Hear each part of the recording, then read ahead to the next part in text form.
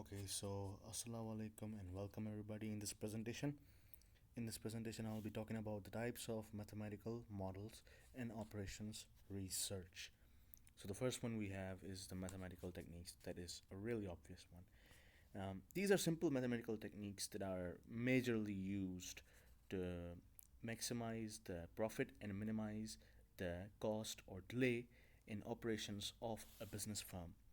Of course, these mathematical techniques involve programming um, types for optimization, and examples include linear programming, non-linear programming, integer programming, stochastic programming, and finally dynamic programming. Further on, we have statistical techniques. Statistical techniques are purely based on the experience of a bunch and learning from the data. Now, for example, statistical techniques such as extreme values, mean, median, standard deviations, interquartile ranges, and distance formulas are useful in exploring, summarizing, and visualizing data for business management. Further on, we have models involving inventories and allocation. So, first of all, we have inventory models. Inventory models deal with the time at which orders for certain goods are to be placed and the quantity of the order.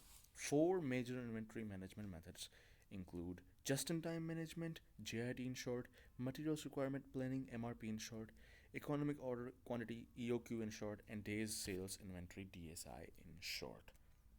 And then finally, we have the resource allocation models. The resource allocation models call for maximizing an objective, usually profit, subject to less than constraints on capacity. Common types of resource allocation include models that are top down allocation, bottom up allocation, fixed allocation, variable allocation, and their hybrid models. Top down allocation involves high level decision making and distributing resources based on overall organization priorities. Then we have models that sequence the operations, and it is basically a part of operations research, which is not actually included in the linear programming section, but it is of course used to minimize the production time and maximize the profit. Sequencing problems can be classified as follows, such as, for example, there are a number of machines which are there in a particular machine shop, number of jobs which are scheduled, whether this manufacturing facility type is a fast shop or a slow shop, the specific criteria based on which the scheduling alternatives are always assessed. And then we have project scheduling by PERT and CPM. PERT and CPM are a very famous um, project scheduling ways or methodologies that we can use to assist management in identifying the longest time consuming or space consuming path through a network of tasks or activities as a basis for planning, executing, and controlling a project. The techniques help um, the techniques help managers to optimize the longest time duration in order to minimize the total project cost and time. And then we have routing models. Now, a network routing problem consists of finding an optimum route between two or more nodes in relation to total time, cost, or distance. Network routing problems commonly arise in communication and transportation systems. Delays that occur at the nodes, for example, railroad classification yards or telephone switchboards, may be a function of the loads placed on them and their capacities. And then we have competitive models. The competitive models is basically a form of mathematical models that is used to examine how various businesses or other organizations behave in the cutthroat or competitive market. The goal of this model is to examine the outcome of this rivalry in terms of profitability, price, and other performance indicators. Basically, examining your competitors. Then we have queuing models. Now, queuing models are a widely used way to analyze and optimize systems that involve waiting lines. Most common are FIFO, customers are served on a first in first out basis. LIFO, we have customers that are served in a last and first out manner. Lastly, we have priority customers that are served in order to of their importance on the basis of their service requirements. Furthermore, we have simulation techniques. Now, simulation techniques are is a method of solving decision-making problems make by designing, constructing, and manipulating a model of the real system. It is a useful technique for solving a business problem where many values of the variables are not known or partly known in advance, and there is no easy way to find these values. And of course, models of simulation include so many types, but the most common are Monte Carlo method, agent-based modeling, discrete event simulation, system dynamic modeling. Furthermore, we have the decision theory. Now, decision theory is all about reassuring our doubts. It's a general approach to decision making when the outcomes associated with the alternatives are often in doubt. The main decision making theories are subjective, expected utility, heuristics theory, attribution theory, and prospect theory. There is a need to research this topic because the more research done on what can influence and facilitate decision making, the better the organization's growth will be.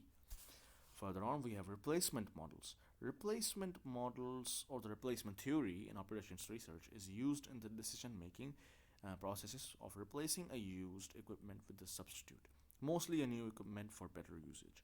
The replacement might be necessary due to the deteriorating property or failure or breakdown of a particular equipment. A large class of such models has been considered in the literature recently. That's kind of a perk to it. And then we have a very special model known as the Markov analysis. Markov analysis is a method used to forecast the value of a variable whose predicted value is influenced only by its current state and not by any prior activity. In essence, it predicts a random variable based solely upon the current circumstances surrounding the variable. Markov chains have various applications in fields such as finance, biology, computer science, and telecommunications, reassuring the fact that Markov analysis is, is one of the best um, operations research models out there in business firms and industries. And then second last, we have advanced OR models. Advanced OR models represent the causal relationship between the controlled and uncontrolled variables and system performance. They must therefore be explanatory, not merely descriptive, such as iconic model and analog model. An iconic model is actually just a physical replica of the model that you are going to be using in the business market. Analog model is just physical in form but does not completely resemble the object being modeled. It is basically like an example of the model that we are going to implement, while iconic model is the complete physical replica of that model. Lastly, we have the combined methods. Now, this is basically combining the previously studied um operations research methods or models or theories.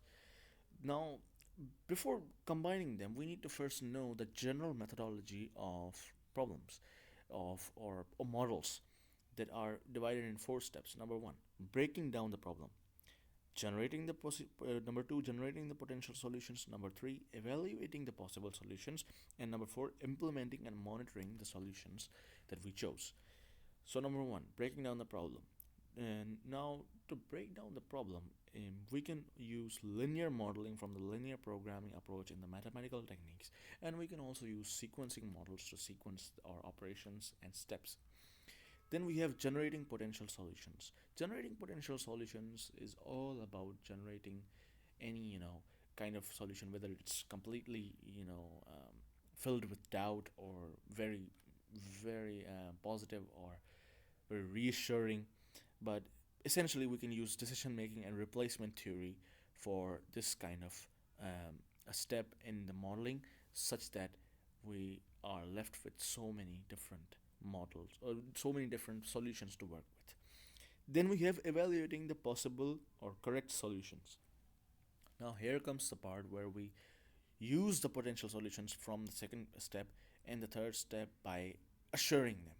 So, to assure them, we can use the simulation or reliability models that reassure us about how our model or solution, how our solution is going to perform in the business market, and why we should choose the certain model that we are choosing.